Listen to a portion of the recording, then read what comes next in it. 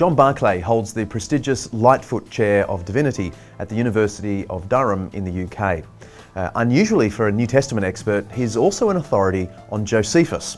Josephus, the first century Jewish writer, mentions Jesus on 2 occasions, but they're highly contested passages, and we want to get to the bottom of them. Thank you for joining us. Before we talk about some specific passages in the ancient Jewish writer Josephus, can you tell us what sort of man he was? I know my first experience of reading the opening paragraphs of his autobiography kind of put me off the man, boasting of his great skill and lineage. Yes, he was someone from the aristocracy, the Jewish aristocracy, who was caught up in the Jewish war, fought initially against the Romans at the beginning of the war, was in command of the Jewish troops in Galilee, and was captured after a long siege, and ended up advising the Romans in the siege of Jerusalem. Now that put him into a very difficult position after the war, because he was obviously hated by many fellow Jews for being a turncoat.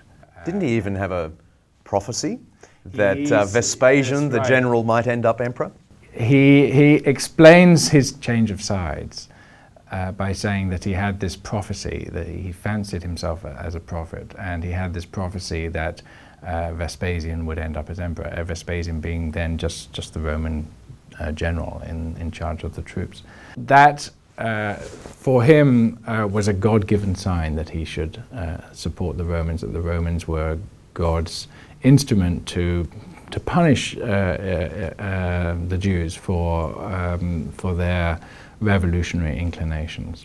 So after the war, he is taken to Rome and given a pension and a nice residence. And it's easy, I think, for us then to dismiss him as a quisling figure who simply was in the pay of the Romans. But actually he's much more complicated than that, because he ends up writing these huge works, which take him many, many years, explaining the Jewish people, their history and their culture, clearly out of loyalty to Judaism.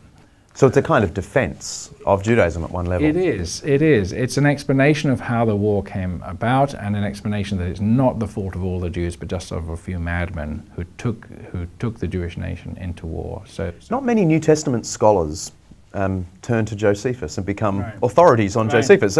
What was the attraction for you? Well, I was fascinated by this figure who is such an interesting apologist for his people. I'm always interested in minority communities and how they explain themselves in a majority culture.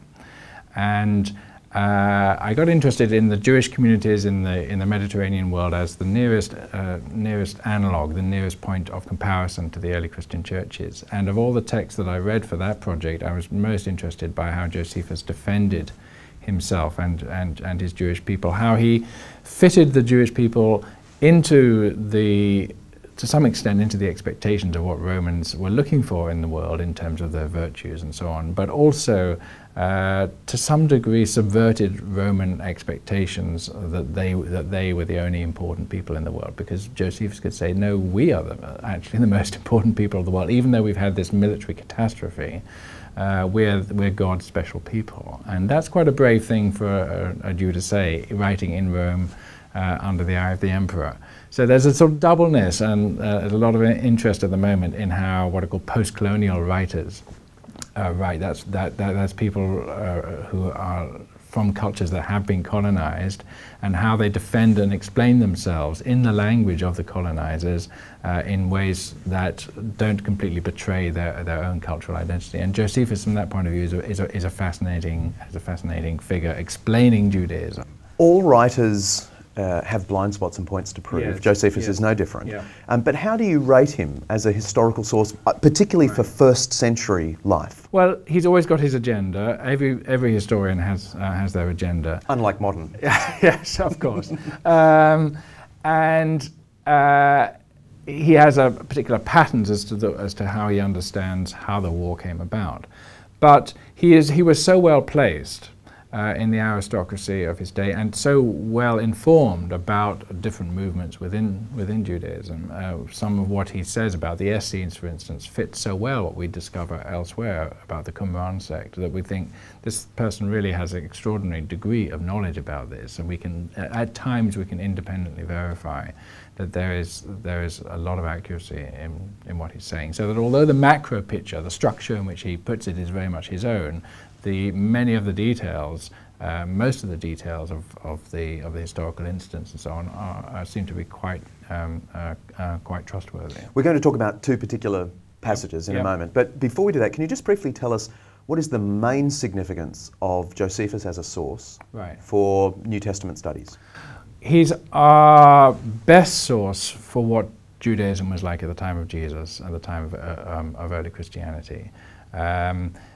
Both of the history of Jews in the 150 years before Jesus and the period after Jesus up to the war against the Romans, and for the currents of thought within Judaism. He's not our only source, but for many things he has a unique role in informing us about historical events.